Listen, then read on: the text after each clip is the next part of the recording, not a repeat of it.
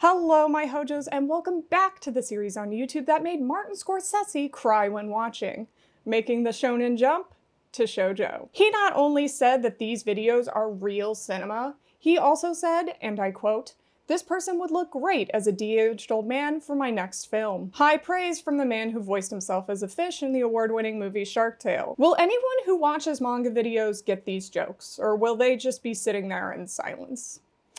That was another Martin Scorsese joke. Okay, I'll stop now. We are back with another fantastic installation of my series, Making the Shonen Jump to Shoujo. For any of those who are new around here, this is a series where I recommend shoujo or josei series that are similar to popular shonen and seinen titles. I do this series because shoujo and josei are often left behind in the manga community or rarely talked about. So this series is to help people find titles that they may enjoy and also spread the good word about these demographics of manga. These recommendations are not meant to be a one-to-one comparison though. Maybe the manga I'm recommending doesn't have the same writing tone, but they have similar premises. Or maybe the manga are just in the same genre. I am not trying to say whatever I recommend is the exact same or that you should even compare the two series against each other. It's simply a fun way for me to give recommendations for shonen and seinen fans to help them enter their shoujosei reading arcs. If a series I recommend isn't a perfect fit to you, maybe it still was to me because I thought the vibes were the same. I have my own reasons for why I choose what I choose, so no complaining. Also, all of the series will be more easily accessible, whether that be in digital or physical format. I want to make sure that these manga are ones that people can get their hands on in some way. That means anything I recommend is not going to be an incomplete title, out of print, or not officially licensed in English. Although for shoujo and josei, that does put me at a limited number of titles I can recommend because we get so little in the first place. Because of that, this could be subject to change at some point, but for right now, them's the rules. Real quick before we start as well, I just want to apologize. If you can hear the fan,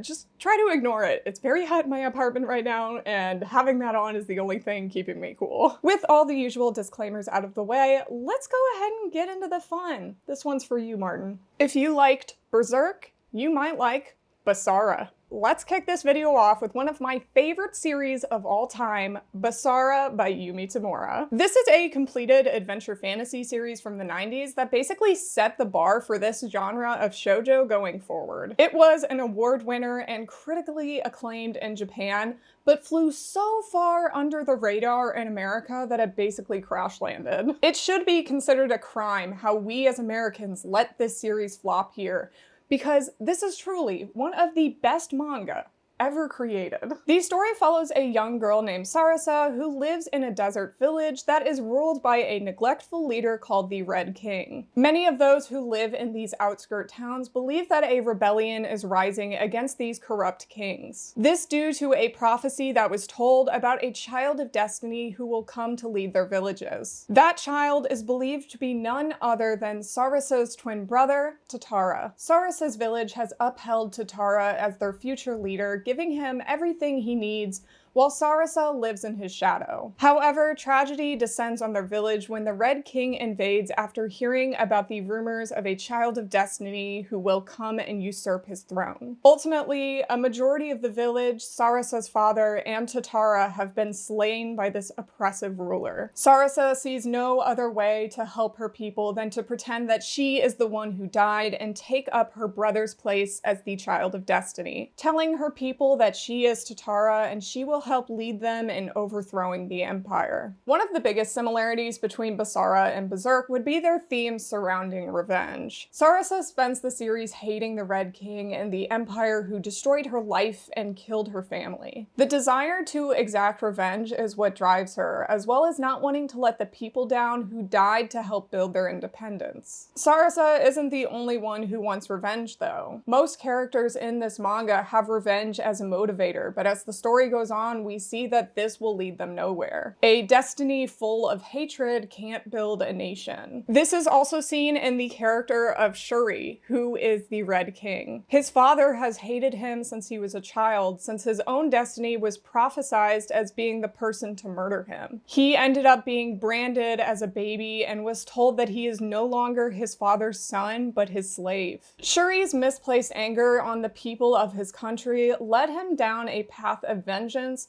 towards those who rebelled to prove himself. He's left at a crossroads of exacting the anger on the people of his country or the person who actually abandoned him. Both Shuri and Sarasa are incredibly complex and interesting characters that have this amazing dynamic once you put them together. They know the other as simply the person that they are outside of war, without realizing that they are ultimately trying to kill each other. The stakes and emotions run high as the bitter war pushes them to their absolute limits. Death follows each wherever they go, and as they lose loved ones one by one, it starts to take a toll on their mental states. Basara isn't all doom and gloom, however. One of my favorite things about this series is how it's able to balance the lighthearted moments of joy with the war going around them. There's hope even in the bleakest of moments when Sarasa is able to find a shred of compassion from another. It could be love for a partner, love for your people, or even love for nature itself. Your destiny can drive you, but your destiny doesn't need to shape you. If you love the adventure and emotional aspects of Berserk, then I cannot recommend this manga enough. Basara is such an amazing story that grips you at every turn. The art, the writing, the characters, and the world building are just a masterclass in storytelling. Although I could really say that about anything that Yumi Tamura has written. The series has 27 volumes in total, but unfortunately it is very hard to find physically because the series is, for the most part, out of print. I would advise not trying to be like me and trying to collect the series physically,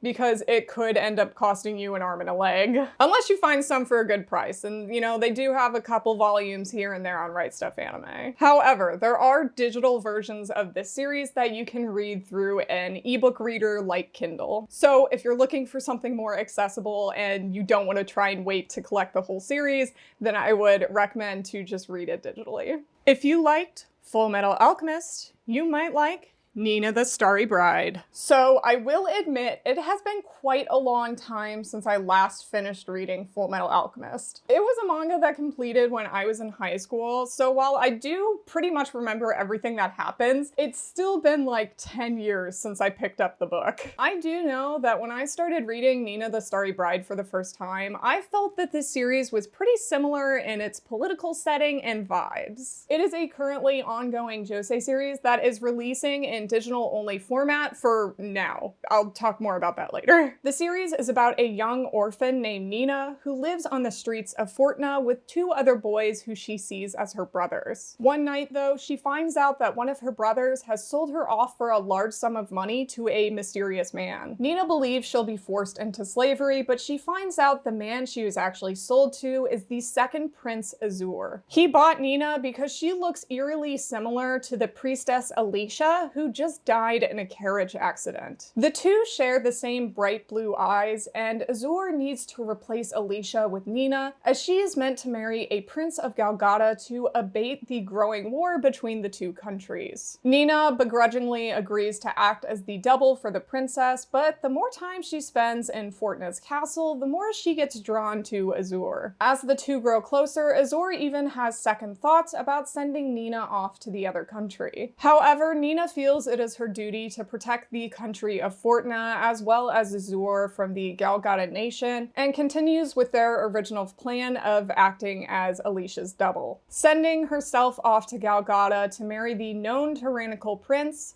Set. This is the most danger that Nina has put herself in yet, as she tries to win him over in her quest to stop the war. If you enjoy the politics of Fullmetal, I believe that Nina is quite similar in its own depiction. Just instead of governments and military leaders, it's kings and royal successions. There's political struggles within the families of both Fortuna and Galgata that are putting their own countries in strife. Plus, whoever succeeds the throne in Galgada will decide who lives and who dies. These problems have fallen onto Nina, as she essentially is acting as an arbitrator and is still quite young herself. Whatever actions she chooses will affect people she's never met and nations she's never been to. I also just feel like the setting and vibe of Nina are pretty reminiscent, especially when they get to the country of Galgada. One of my favorite areas that Fullmetal spends time in is the snowy north of Amestris, and Galgada is quite similar in that setting. It's a more militaristic country that has some Armstrong family-like characters who are all about power. Although for the Galgadan family, it's in a much more devious way, but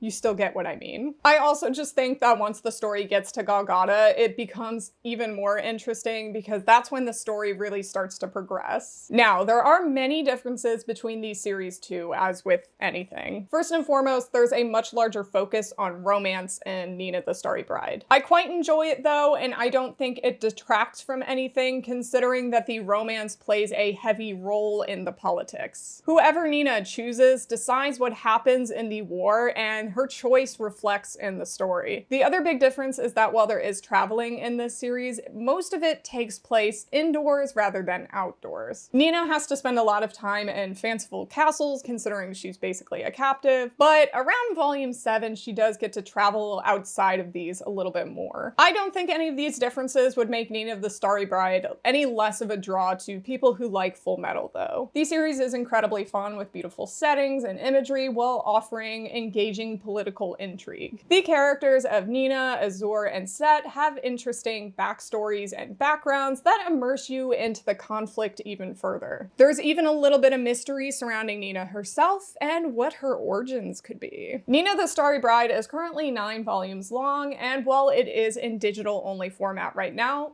physicals will be coming out by the end of the year. This is a series that I was really hoping could get out of digital jail, and when they announced physicals for this one, I was so happy that I get to actually own this and put it on my shelf. If you want a great fantasy series, then definitely check this one out when the first volume drops in October. If you liked Blue Flag, you might like Run Away With Me Girl. If you need another semi-soul-crushing manga with characters figuring out who they are, then look no further than Run Away With Me Girl. This is a drama josei series that just recently completed its physical run from Kodansha. A beautiful story that encapsulates the pressures that people face to conform to others' expectations and wills, especially on women. Maki and Midori had their first relationship together in high school. They did everything together, but on the day of their high school graduation, Maki was dumped by Midori, who told her that she was too old to be fooling around with girls now. It's been 10 years since that day, and Maki hasn't been able to get Midori out of her head since then. However, an unexpected chance encounter with Midori brings her back into her life. The two begin to reminisce on their former relationship together until Midori drops a bomb on Maki.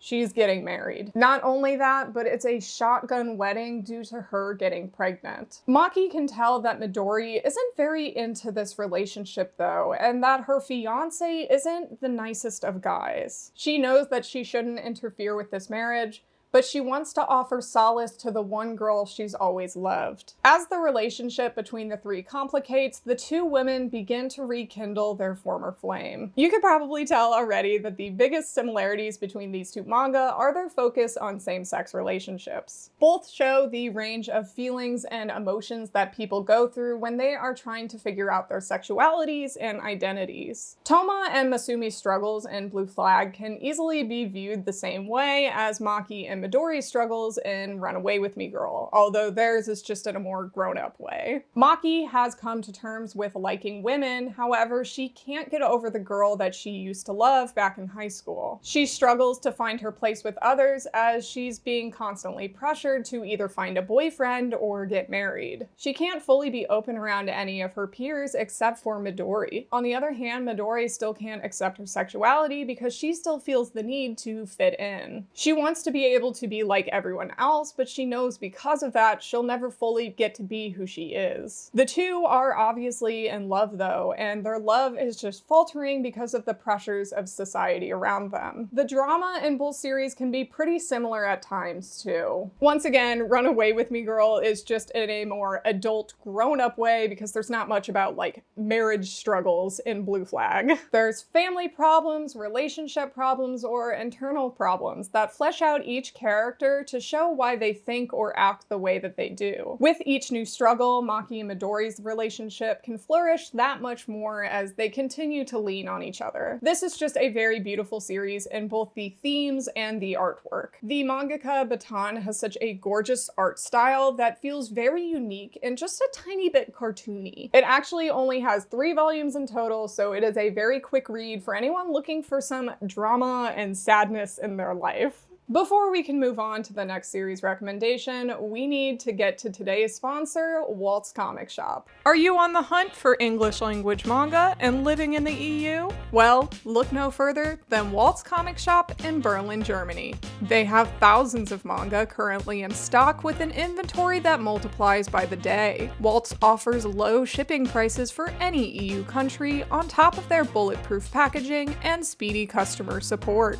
If you enter the code Colleen's Manga Rex at checkout, you'll get free shipping on your first order of 40 euros. You can get series like Run Away With Me Girl and many more at waltzcomicshop.com, your #1 source for English language manga in Europe. Now let's get back to the video. If you liked Frieren, you might like The Cursed Prince's Servant. The Cursed Prince's Servant is a shoujo adventure manga that I just started getting into recently because it actually just got licensed recently in digital by Comic-Key. I had actually heard of this series prior to its release because it comes from the magazine Lala, which I'm a huge fan of. The art looked really pretty and the characters have very unique designs, so when I saw that it was getting an English release, I was excited to actually know what the story was about. Then when I loved it, I knew that I had to plug this series somehow. It's set in a kingdom called Glore, where people can bear curses of any kind of power. Our main character, Renee, has the power of immortality, but due to this, she's been cast aside by her village. She travels from place to place to find work until a strange man approaches her. He tells Renee that he has the perfect job for her and guides her to the kingdom's castle, where she's told to be the servant for the first prince, Albert. Albert immediately pushes back on this and warns Renee not to get too close to him because he actually has the power of poison. Anything he touches is immediately killed, and he won't let anyone get too close to him out of fear. His power has forced him into solitude until he meets Renee, who refuses to let him shut her out. She reveals her curse of immortality to him, and the two begin to bond as Albert opens up bit by bit to the only person who can withstand his own curse. Both Frieren and Cursed Prince's Servant are series that I'm still relatively new to, and while they do have differences in the tone, I do think they are very similar in their premises and their themes. It may be pretty obvious to any Frieren fan, but one of the biggest things I'm equating here is that both of the main characters are essentially immortal. Frieren is an elf, so she just lives really long, but Renee actually can't die. She's shown to have some pretty horrible things happen to her, and each time she gets up perfectly fine afterwards. She'll get stabbed in the chest with a spear and then just kind of walk around like it's nothing with it still inside. Renee has a very positive attitude, so it often gets played off as a joke, despite knowing later on that all of the action against her, she still feels the intense pain. Even with the more lighthearted and kind of jokey tone of Cursed Prince's Servant, both manga have similar thematic focuses on death and cherishing loved ones. Frieren takes the more serious and comforting tonal route, while Cursed Prince's Servant is more optimistic. Renee really hits home for many of the characters that even if they do have dangerous curses, they should still be with the ones that they love. There are ways for them to learn how to control what they have or work around it to be able to be near one another. Death is right around the corner for many of the characters in this series, and sequestering sequestering themselves away will only make them more miserable in the end. Also, I think the magic in this series is very fun. I love all the different curses that exist in the world and how these powers come to be. Most of the characters had their curses placed upon them because someone else had made a very strong wish. Often these wishes are not made to harm another person, as with Renee, whose parents were dying and wished very strongly for Renee to keep living, which is how she got her power of immortality. The curses can also be used and changed in different ways as the characters learn more and more about their abilities. If you're looking for another good adventure fantasy series that's just a tiny bit more lighthearted, then I would definitely recommend The Cursed Prince's Servant. It's still ongoing as, like I said, it only just got licensed recently. The manga has 9 volumes in total with 48 chapters, and Kamiki isn't even halfway through that. We only just recently got chapter 17. I'm really looking forward to where this manga goes next, as I've been loving it so much lately, and I hope you guys go ahead and check this one out too. If you liked Spy Family, you might like Love of Kill. Now, I don't want to hear any complaints about this one. If you are looking for a straight up comedy action series like Spy Family, then I don't think Love of Kill is gonna be up your alley. There's also no Anya-like character. There is, however, a lot of fun spy jinx as well as a will they won't they relationship. If you enjoy Spy Family for those things, then go ahead and stick around for this recommendation. Love of Kill is a near completed action drama series that actually got an anime last year. It was a pretty decent adaptation of the source material with a banger of an opening theme song as well. The manga itself is extremely addicting, as there is a lot of mystery surrounding many of the characters that get you invested right out the gate. Come for the action and romance plot, stay for the unfolding of the sad backstories. We follow a bounty hunter named Chateau who works for an assassin organization. One day though, she runs into another mysterious bounty hunter named Ryangha, who is infamously known for having killed 18 people in one night. Chateau tries to capture him, but is proved to be too inexperienced when Ryangha is easily able to overtake her. He doesn't kill her though. He just wants to know her name and number. Chateau is then roped into a dangerous and exhausting game of Notice Me Senpai as Ryangha does everything he can to catch her eye. He'll capture her targets before she can even get to them and offer to hand them over in exchange for her to go on dates with him. Chateau is just unable to get a hold on who this man is and what he actually wants from her. Unfortunately, danger follows Ryangha as Chateau ends up in more than just their own silly game of cat and mouse. Assassins, spies, and action. What more do I need to say is similar between Spy Family and Love of Kill? Both series have fun fight sequences with shootouts, explosions, and similar settings. They take inspiration from the spy genre like James Bond and use them to their advantage in their own individual stories. Love of Kill specifically has a much darker tone to it, with the action being a little more violent, as well as having more of a focus on the criminal aspect, as Ryangha is not necessarily a stand-up guy. I say the tone is darker in Love of Kill, but there is some comedy aspects to the series as well. It's just not a main part of the series like it is for Spy Family. All the characters have fun banter with each other when they're not all trying to fight for their lives. Specifically, the banter between Ryangha and Chateau is very fun because they are constantly bickering. However, they do have that little bit of romantic tension as well. The dynamic that they have together is one of the driving forces of the series, as the draw that they have towards each other might be deeper than just what it seems on the surface. While maybe there's no cute, silly kid character, Love of Kill is definitely still worth checking out if you enjoy Spy Family. If you don't want to invest in a 13-volume series just yet, you do also have the option to check out the anime adaptation. It's only 12 episodes and it does leave off on a pretty big cliffhanger, so you're probably going to want to buy the manga afterwards anyway. Love of Kill currently has 12 volumes out, so the last volume, volume 13, will be on its way soon. Once again, I highly recommend this series for anyone who enjoys the spy genre and just wants some good fun action. If you liked Oshi no Ko, you might like Kageki Shoujo. That rhymed. Last but not least, I felt compelled to give a recommendation for the series whose anime is currently popping off right now. Sometimes you just gotta take advantage when you can. Kageki Shoujo is a currently ongoing shoujo manga series that actually also had an anime adaptation out in 2021. 2 series I'm recommending in a row with anime adaptations? That's unheard of. The manga is a pretty underrated drama series since I hardly ever see people talk about this one except for my one friend, and I myself didn't even check the series out until I knew I was going to be making this recommendation. It centers around another girl named Sarasa who has always dreamed of playing the lead role of Oscar in the Rose of Versailles play. To achieve this dream, she must enter the all-girls Koka School of Music and Theatrical Arts. There, she will train for 2 years before being able to join the Koka acting troupe. Sarasa will obviously not be the only aspiring actor in her class though, as she meets the other girls who are also aspiring to be top Koka stars. We learn all the individual internal struggles of each girl at this academy as they are trying to get through school. One witch girl being Sarasa's roommate, Ai, who is a former J-pop idol. She faced an online scandal when she told one of their male fans that he was gross to his face, and was forced out of her group. Entering Koka was Ai's only way to escape her past, as well as being able to avoid men, as it's an all-girls school. Her cold attitude puts some people off, however, she and Sarasa end up growing closer as they navigate the harsh world of acting and musical theater together. A lot of the similarities between Oshi no Ko and Kageki Shoujo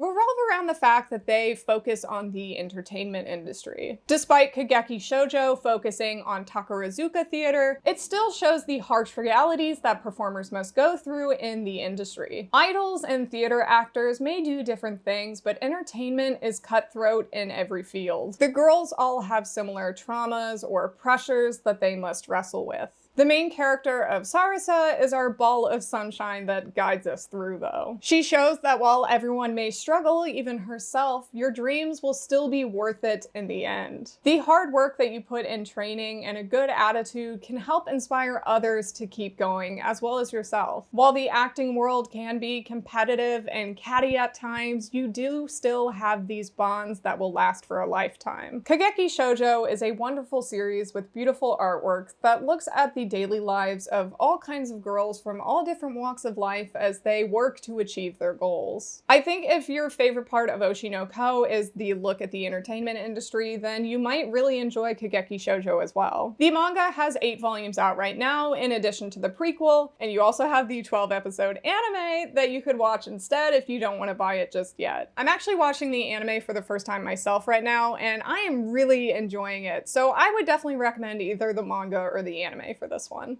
And that wraps it all up for part 3 of making the shonen jump to shoujo. I'm personally very happy with all the series I was able to squeeze in today. I feel like I got a good mix of different genres and publishers with this one. Originally, I had wanted to make this episode just entirely focused on fantasy or adventure type series, and then when I started writing down the recommendations, I realized they would mostly just come from Viz, so I steered away from just doing one genre for today. More variety in the end though, so hopefully you guys were able to find something that sounded good to you. Alright, well that is it for today. Thank you all of my hojos for watching. Welcome to any new hojos. Don't forget to read Chihaya Furu, and I'll see you guys in the next video.